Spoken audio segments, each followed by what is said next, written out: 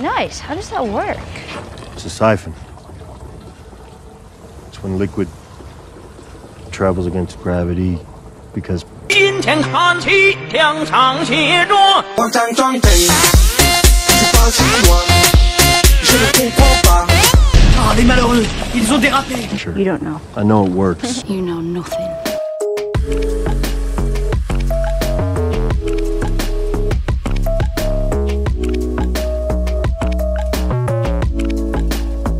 Allô, allô, Allô? les Narvalos. Aujourd'hui, on s'attarde un peu sur un passage de l'excellente série The Last of Us. Pour ceux qui ne l'ont pas encore regardé, ça se passe dans un monde post-apocalyptique. Et on suit des survivants qui font des trucs, et pour ça, ils se débrouillent comme ils peuvent pour retrouver une fraction de la formidable quantité d'énergie à laquelle nous avons accès aujourd'hui. En gros, ils siphonnent une bagnole toutes les 20 bornes, comme les derniers des galériens, parce qu'au bout de 20 piges, l'essence a évidemment perdu énormément de son efficacité, et endommage même sûrement un moteur.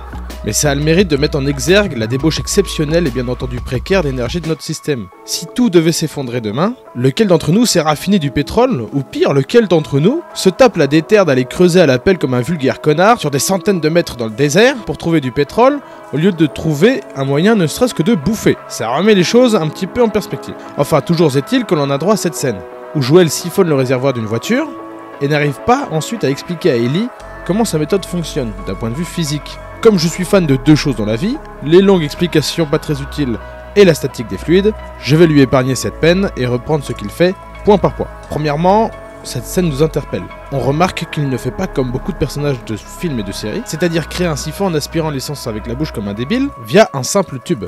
Mais là, il a deux tubes et un genre de chiffon. En fait, bien sûr que cette technique repose sur le même principe physique, mais elle diffère dans la façon d'amorcer la circulation de l'essence via le phénomène de siphon. Alors, la vraie question est déjà, comment marche un siphon?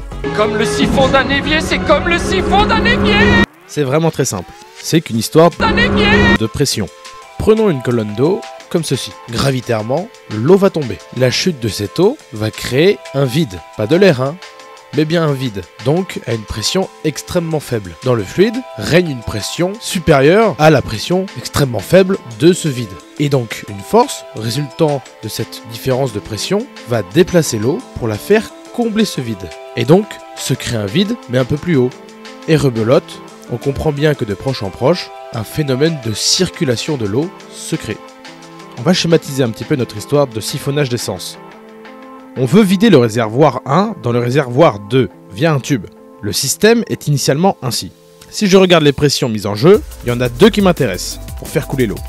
Celle en A et celle en B, de façon assez logique. C'est logique. La pression, ça représente la force avec laquelle un fluide par exemple pousse sur une surface. Actuellement, l'atmosphère vous pousse dessus. Ça pousse.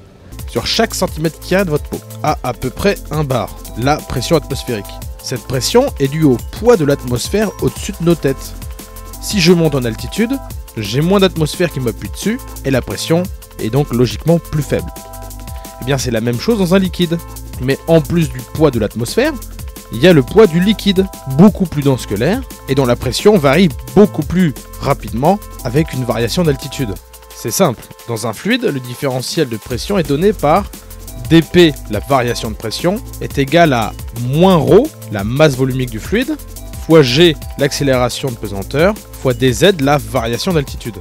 On remarque qu'une surpression de 1 bar, soit une atmosphère, est atteinte au bout de seulement 10 mètres dans l'eau. C'est pourquoi on néglige souvent les différences infimes de pression dans l'atmosphère, si on reste globalement à une même altitude, devant les variations de pression beaucoup plus importantes pour de faibles variations d'altitude dans un fluide. On remarque également que la pression en statique des fluides est uniquement liée à l'altitude.